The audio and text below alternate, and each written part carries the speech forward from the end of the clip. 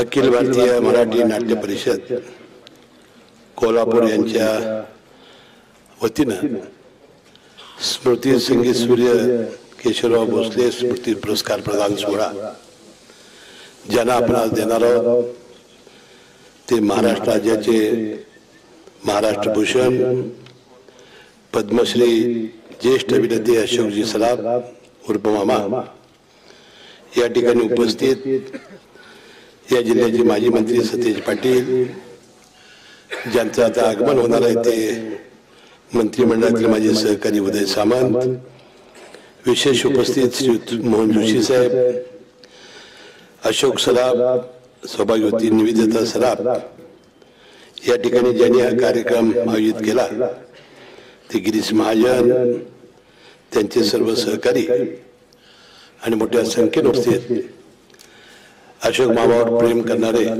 सिने सृष्टीचे सर्व नागरिक बंधू भगिनी आणि मित्रांनो, आत्ताच बंटी पाटलांनी सांगितल्याप्रमाणे आज आपण अखिल भारतीय मराठी नाट्य परिषदेच्या वतीनं स्मृती संगीत सूर्याच्या संगीत सूर्य केशवराव भोसले स्मृती पुरस्कार प्रदान सोहळा आज पद्मश्री महाराष्ट्र भूषण अशोक सराफ यांना आज आपण प्रदान करणार आहोत। या जिल्ह्याचा एक ज्येष्ठ मंत्री म्हणून मी मनापासून या पुरस्काराबद्दल त्यांचं अभिनंदन करतो आणि त्यांना मनापासून धन्यवाद।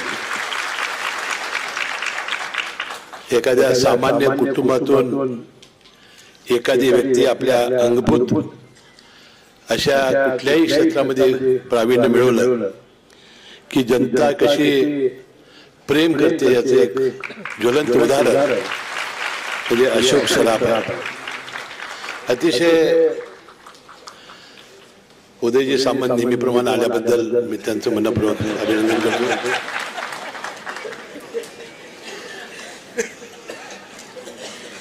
कारण एखादी व्यक्ती विशेषतः कोल्हापूर शहर हे केशवराव भोसले असतील, बाबूरावजी पेंटर असतील, अशा अनेक दिग्गजांची ही भूमी आहे। छत्रपती राजश्री शाहू महाराजांची भूमी आहे, महालक्ष्मी इथं अधिष्ठान आहे। अशा या पुण्यभूमीमध्ये आज अशोक मामांचा आपण महाराष्ट्र भूषण पद्मश्री हे तर पुरस्कार त्यांना मिळालेलेच आहेत, पण आज संगीत सूर्य केशवराव भोसले स्मृती पुरस्कार प्रदान आपण करत आहोत। वास्तविक आम्ही लहानपणापासून शिने नेते कैलास दादा कोंडके साहेब आणि अशोक मामांचे पिक्चर बघत मोठे झालो।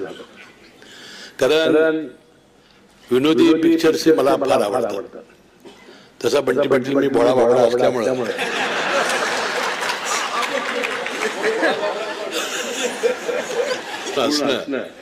खळखळून जी माणसं असतात ना त्याच्या पोटात काय असत नाही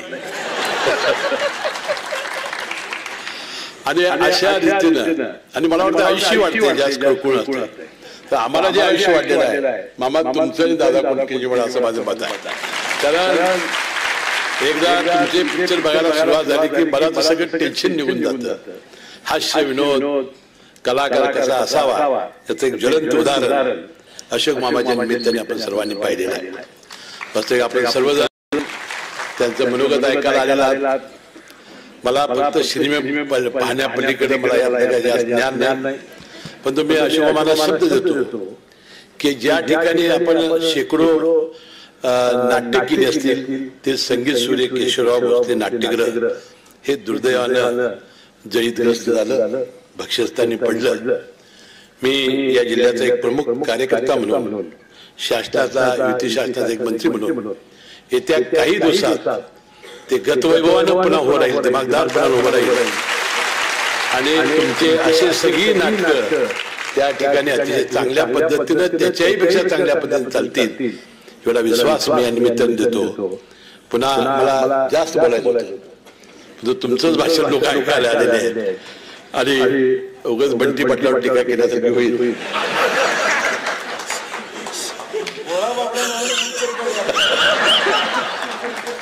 पुन्हा एकदा या पुरस्काराबद्दल मला आपण अभिनंदन करतो आणि आपल्या सर्वांना धन्यवाद देतो। जय हिंद, जय महाराष्ट्र।